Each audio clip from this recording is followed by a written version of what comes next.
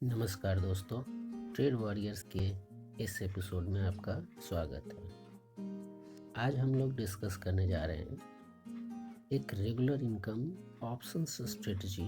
Options trading के माध्यम से आप कैसे जनरेट कर सकते हैं, इसके बारे में हम आज डिस्कस करने जा रहे हैं। क्योंकि काफ़ी लोगों का वैसा डिमांड था कि सर बताइए, ऑप्शंस ट्रेडिंग करके एक रेगुलर इनकम बना सकते हैं क्या। तो आज का जो सब्जेक्ट रहेगा हमारा, उस पर हम ये डिस्कस करेंगे और आप अपना सुझाव और कमेंट्स हमें दिए गए लिंक पे दे सकते हैं, व्हाट्सएप कर सकते हैं, जिस पे हम धीरे धीरे और भी टॉपिक्स पे वीडियोज़ आपके लिए अवेलेबल कराएंगे। तो हम स्टार्ट करते हैं। वैसे जो बिगनर्स हैं उनके लिए मेरे सुझाव में एक रेगुलर इनकम के लिए इंडेक्स में काम करना ज़्यादा सूटेबल है। क्योंकि वैसे काम के लिए तो इक्विटीज़ का भी ऑप्शंस में आप काम कर सकते हैं, बट इनिशियल फेज में आप इंडेक्स में आप काम करिए। वैसे निफ्टी भी अवेलेबल है और बैंक निफ्टी, दोनों में आप काम कर सकते हैं, लेकिन आप किसी में एक मास्टरी कीजिए। और अगर आप चाहते हैं कि अपने रिस्क को थोड़ा एपेटाइट करें, मैनेज करके चले, तो ज़्यादा सूटेबल रहता है निफ्टी में काम करना। क्योंकि निफ्टी का जो मूवमेंट है वो 50 पॉइंट्स का एक ब्रैकेट होता है, उस पर करता है। तो आपका जो लॉस का चांस रहता है ऑप्शंस में, चूँकि ऑप्शंस में आपको सब पता होगा कि ये प्रीमियम बेस्ड एक तरह से स्ट्रेटजी होती है। प्रीमियम का मूवमेंट से आपका इनकम जनरेट होता है।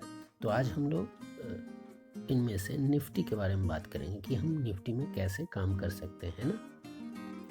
तो मैं क्या करता हूँ, मैं किस तरह से अपने निफ्टी में काम करता हूँ, वो मैं आपसे शेयर करना जा रहा हूँ। सबसे पहला जो स्ट्रेटजी या दिमाग में हमारी होती है वो है कि फर्स्ट आवर स्ट्रेटजी, जिसको हम फॉलो करते हैं। आप उसको ध्यान दे सकते हैं कि हाँ, फर्स्ट आवर मैं इसलिए ऑप्ट करता हूँ फर्स्ट आवर स्ट्रेटजी, क्योंकि जब मार्केट ओपन होता है उस समय पुराने दिन का जो स्क्वायर ऑफ कुछ तो होता है, एज वेल एज जो फ्रेश एंट्री होती है वो होती है रिटेलर्स की। तो उस समय एक अच्छा खासा एक ट्रेंड बन रहा होता है। और ऑप्शन बायर के पॉइंट ऑफ व्यू से मैं बताना चाहूँगा कि ऑप्शन बाय में जब ट्रेंड होता है तो आप आसानी से अपने एक छोटे से टारगेट और स्ट्रेटजी के हिसाब से काम करके अर्निंग एक रेगुलर बना सकते हैं। कैसा कि उस समय जब आपका ट्रेंड होता है तो आप अमूमन, हमारी जो समझ बन पाई है कि जिस लेवल पे विक्स अमूमन रहते हैं 15 से 20 के बीच का, 12-14 अभी चल रहे हैं कुछ समय में, तो उसका भी एक है स्ट्रेटजी। उसको समझने के लिए विक्स के हिसाब से कितने का मूवमेंट निफ्टी में होना चाहिए, हो सकता है, पॉसिबिलिटी क्या होती है, इसके बारे में मैं आपसे शेयर करना चाहूँगा कि विक्स कितना होगा तो कितने मूवमेंट निफ्टी में एक्सपेक्टेड है। इस पे हम अलग से एक वीडियो भी आपको बताऊंगा कि किस तरह से आप प्रेडिक्ट कर सकते हैं कि निफ्टी का मूवमेंट कितने पॉइंट्स का हो सकता है, पॉसिबिलिटी क्या, प्रोबेबिलिटी क्या होगी। लेकिन मैं अभी जो आपसे शेयर करना चाह रहा हूँ वो 100 पॉइंट्स स्ट्रेटजी होती है मेरे लिए, जिसपे आसानी से आप एक लो या हाई को आप मेजर करके निफ्टी में अगले कुछ 15 मिनट, आधे घंटे के बीच में आप निफ्टी को प्रेडिक्ट कर सकते हैं कि यहाँ से अगर ये स्लिप किया तो कहाँ तक जा सकता है, अगर यहाँ से उसने सपोर्ट ले लिया तो इसका रेसिस्टेंस लेवल क्या हो सकता है, जिसको हम अपनी भाषा में 100 पॉइंट्स स्ट्रेटजीज बोलते हैं। और मैं उसी पे काम करता हूँ और उसको ध्यान में रखते हुए बिल्कुल ही अच्छे तरीके से आप काम करके अपने टारगेट को अचीव कर सकते हैं। आगे जो बात होती है वो क्या है कि टारगेट बेस्ड।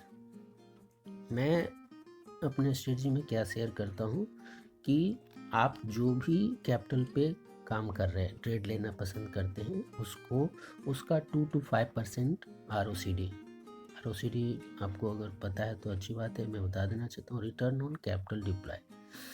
आप उस अमाउंट जिस पे आप ट्रेड लेते हैं, आप जो अपने बैलेंस अपने डीमेट में रख रहे हैं, सपोज किसी ने 1 लाख रखा, 50,000 रखा, 10,000 रखा, जो भी है, उस अमाउंट का आप अपने रेगुलर इनकम के लिए फिक्स कर लीजिए कि मुझे आज 2% चाहिए।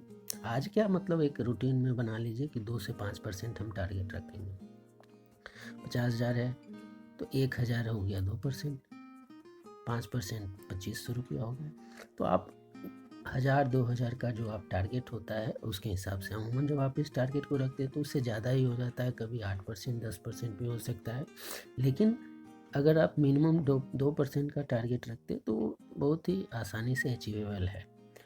और मेरा ये मानना है कि जब आप ये रूटीन से डेली बेसिस पे एक 2 से 5% का भी एक टारगेट अचीव कर पाते हैं तो आपका खुद ब खुद जो कॉन्फिडेंस लेवल होता है वो काफ़ी हाई हो जाता है, और आपको बिलीफ होता है, फेथ होता है कि हाँ, मेरी स्ट्रेटजी काम कर रही है। As a option buyer trading आपको इस पॉइंट्स को बहुत ही ध्यान में रखना ज़रूरी होता है।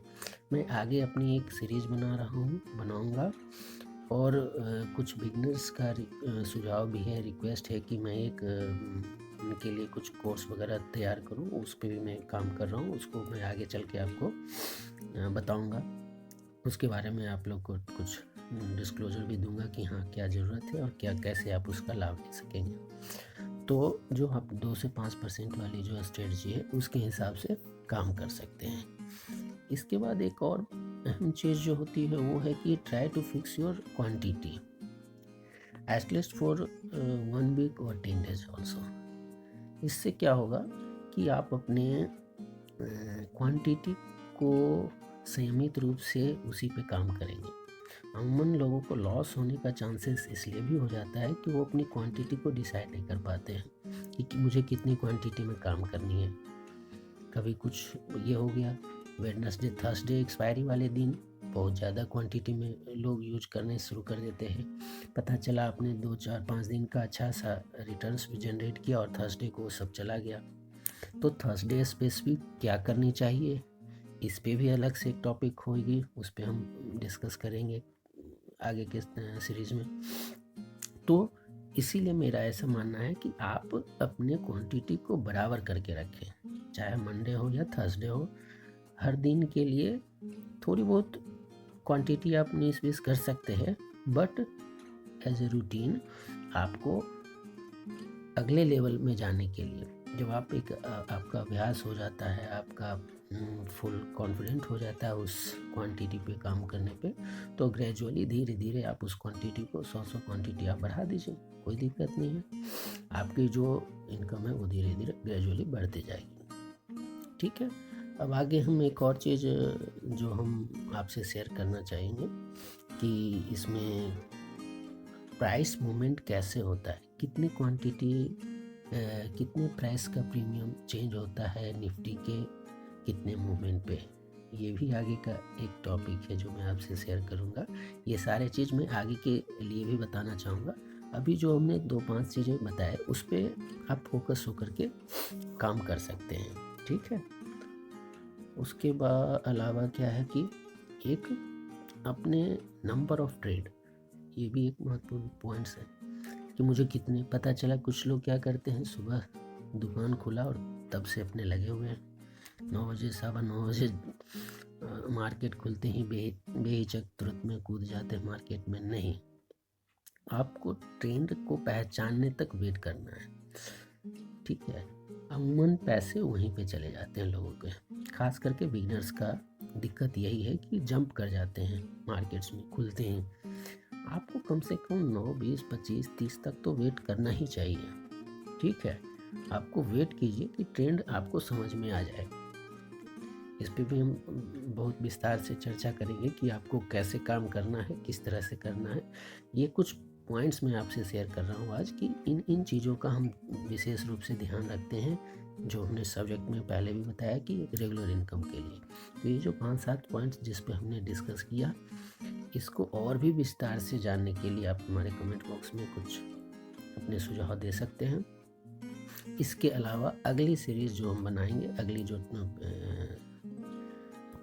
होगा टॉपिक, उसमें हम चार्ट रीडिंग के बारे में भी शेयर करेंगे आपसे।